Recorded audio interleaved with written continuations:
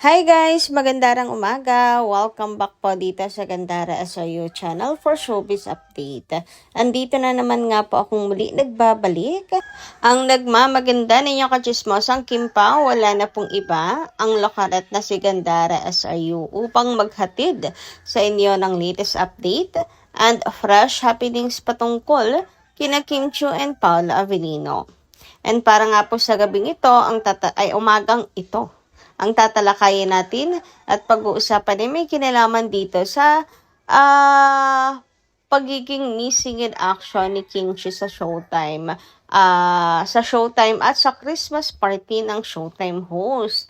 Grabe, parang nakakapanibago, hindi ba? Bakit kaya wala si Chinita Princess sa Christmas party ng mga host ng Showtime? Lagi naman po yung present. Anyway, bago tayo mag-start, sa mga di pa nakaka-subscribe sa ating channel, pakiclick lang po tayo ng ating subscribe button at notification bell na nariyan sa baba upang kayo ay maging updated po at ma-notify tuwing may bago tayong chika at balita hinggil sa Kim Pao. Basta mga balita na may kinalaman kina Kim Chiu and Paula Avellino, sagot na po natin yan. And ngayon, unahin po natin pag-usapan ang mga komento at reaksyon ng mga Kim Pao hinggil sa nagdaang balita mula kay Conchita Castillo. Magandang gabi ginang Conchita. Umaga pala, magandang umaga. Hi Miss Gandara. Sana konting respeto at unawa sa kanila. Relationship nila yan. Give them privacy. Kung may problema sila na lang ang mag-solve at wala tayong right para makialam. Alam natin na gusto ni Pao na private sana ang relasyon nila. Unawain natin sila please. Yes, yan din ang atin pong panawagan. Lalo na po doon sa hilig pong questionin si Paolo, questionin si Kim Chiu, always yan. May mga ganyan pong tao na parang gusto po nilang kontrolin ang Kim Pao. Gustong kahunin, gustong gawing robot na maging sunod-sunuran po sa gusto nila. Yung tipong nagagalit kay Paolo, nagagalit kay Kim kapag hindi nila naririnig yung gusto nilang marinig, hindi nila nakikita yung gusto nilang ginagawa ng Kim Pao. 'Di ba ang unfair naman? Kaya wala nang privacy po ang Kim Pao, wala pang respeto. Parang gusto na nga po atang magsipag-apply na manager ng Kim Pao para sila yung nagmamanage kina Kim and Paolo na pati kilos kailangan pong idikta sa kanila. Pero hindi po ba mas maganda yung kung ano lang yung totoo? Mas maganda yung natural lang? Walang halong kaplastikain, walang halong dahil inutos lang, ganyan. Kung ano yung totoo, kung ano yung tunay na sila. Mas nakakakilig po yun at mas nakakapanatag, lalo na nakikita natin kina Kim and Paolo sa likod ng camera. Mas sweet nga sila pag nasa likod po ng camera kaysa po nakaharap pa. Napaka-formal nila pag nakaharap. Pero wag ka, pag sa likod ng camera, napaka-sweet ng Kim Pao. Anyway, dumako naman tayo sa comment ni Zenaida Saberola. Magandang umaga. Naku po, maling-mali yan. Yung kasabihan na yan. Bibitawan pa ba ni Paolo si Kim? Inantay niya si Kim ng 15 years. Okay, ang kasabihan pong tinutukoy ni Zenaida Saberola po is yung kapag maswerte daw po sa career, malas sa love life. Parang kumbaga ay sa kabila ng swerte ay may kamalasan, sinisingil sa ibang bagay, parang ganun. Si Kim Chiu napakaswerte po sa career, so nakakapangamba naman tuloy bigla. Kasi si Kim Chiu swerte po sa career, sinong hindi po mangangamba niyan. Pero kasabihan lang naman siya, 'di ba? Usually naman yung mga kasabihan, mayroon pong mema. I mean, ayoko kasi siyang paniwalaan. Kasi naniniwala ako na blessed si Kim Chiu sa lahat po ng bagay. Kasi mabuti po ang puso ni Kim, malinis po ang puso ni Kim, mabuti po siyang tao at deserve po niya lahat ng mga magagandang pangyayari sa buhay niya.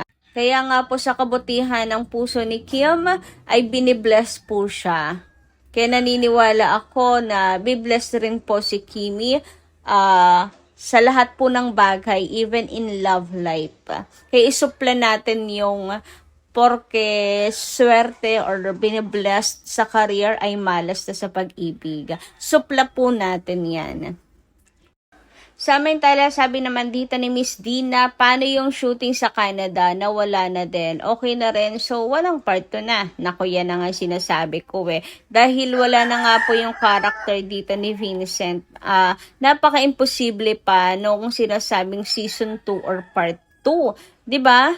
Kaya nakapagtataka na or baka may biggest plot twist. Pero hindi eh. Kasi katawan niya mismo yung nandun. So, paano pa magkakaroon ng part 2? Paano pa sino pa magiging kapartner ni Stella, 'di ba? Syempre hindi naman po papayag ang Kim Pao na papalitan po si Vincent. So, hanggang doon na lang siguro talaga po ang The Alibi. Hindi talaga nila sinacrifice yung story over kilig. Yun na talaga tanggapin po natin. At least ay nabigyan po ng magandang project ang Kim Pao. Natatatak po talaga sa mga manonood. And dahil dyan, we deserve another project ng Kim Pao.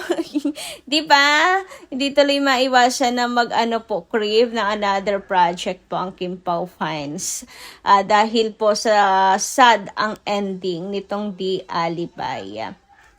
And yes, yung dun sa sa Canada, wala na nga po. Ang dami nga daw pong nawala. Ang dami daw po talagang as in, talagang pinaikli talaga siya. Ang ikli na nga po ng 14 episode, 'di ba? Siguro baka umabot pa to ng 20 episodes pero pinakat na lang ng pinakat para umikli. 'Di ba? Ang unti na nung 14 episode. Ang unti noon. Ang tagal nating inantay. So, ang daming nakat daw po, ang daming nawala. Pero kudos pa rin kasi nagawan pa rin nilang ng paraan para makonect talaga. Yun nga lang, medyo sad kasi yung mga nakita natin mayroon po tayo nakita sa trailer na hindi po naipalabas. I hope so na kapag ipapalabas, kung ipapalabas nga itong sa Free TV, kasi meron nagsasabing mukhang hindi. Sana, think positive, kung ipalabas man po sa Free TV, ay buo na siya and walang cut. Pero at least 'di ba sa ending nabuo po ulit yung pamilya ni Stella at the same time nakita po natin doon na talagang si Stella pa rin po ang nasa puso ni Vincent at mas pinili niya po ito, wagas talaga yung kanyang pagmamahal dito.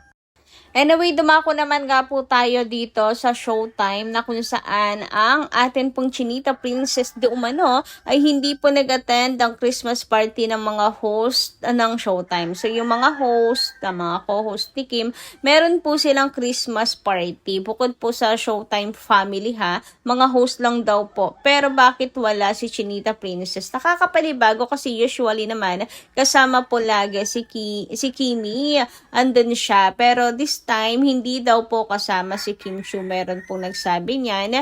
And matatandaan natin na maaga rin daw pong umuwi si Kim. At opening lang po nakita sa Showtime. And marahil nga daw that day celebrate ng mansari ang Kim Pao. Hindi pa naman sure pero maagang umalis si Kim Chiu, nagpakain din siya sa mga Showtime host. May pa-crab pa nga raw, 'di ba? Sabi ni Chong Hilario, "Thanks Kimi for the crab." Grabe, napaka-generous talaga ni Kim kahit nagka-problema na po siya sa pera, 'di ba? Napakabuti pa rin ang puso ni Kim. And kung umaga sila umalis and hindi po nag-attend ng Christmas party itong si Kim, so ginabi na sila ni Paula Avellino, ginabi na sa pag-celebrate and sabi nga at may nagsabi nga na baka raw po magdamag pa silang magkasama kaya hindi na nag-attend si Kim ng Christmas party. And kung magkaganon, abay magandang balita yan mga kakimpaw, nakakakilig na ayuda po yan para sa mga Kimpaw fans. Magandang balita na after after ilang araw na hindi silang magkasama kasi 'di ba nagkaroon po ng event si Pao, tapos si Kim Chiu bisihan, deserve po nila magpahinga, ah, time sa sarili, magkaroon ng time sa bawat isa. Si Kim, napaka-busy, daming endorsement. Tapos si Pao naman, ganun din. Naging busy din itong nakaraan. So, deserve naman po nila. Magandang balita kung ano nga po ang Kim Pao. Matagal na magkasama at nag-celebrate. And for sure naman ay mauunawaan naman po ng mga Showtime host yan. Marami pa naman pong mga pagkakataon na magkasama po sila, di ba? At kapag may Christmas party pa rin naman po buong Showtime family. So, bawi na lang siguro si Chinita Princess sa sunod. So, yan lang po muna ang ating update ngayong umaga. Maraming salamat po guys sa inyong pakikinig kahit medyo maingay yung ating background dahil ang aga natin ngayon.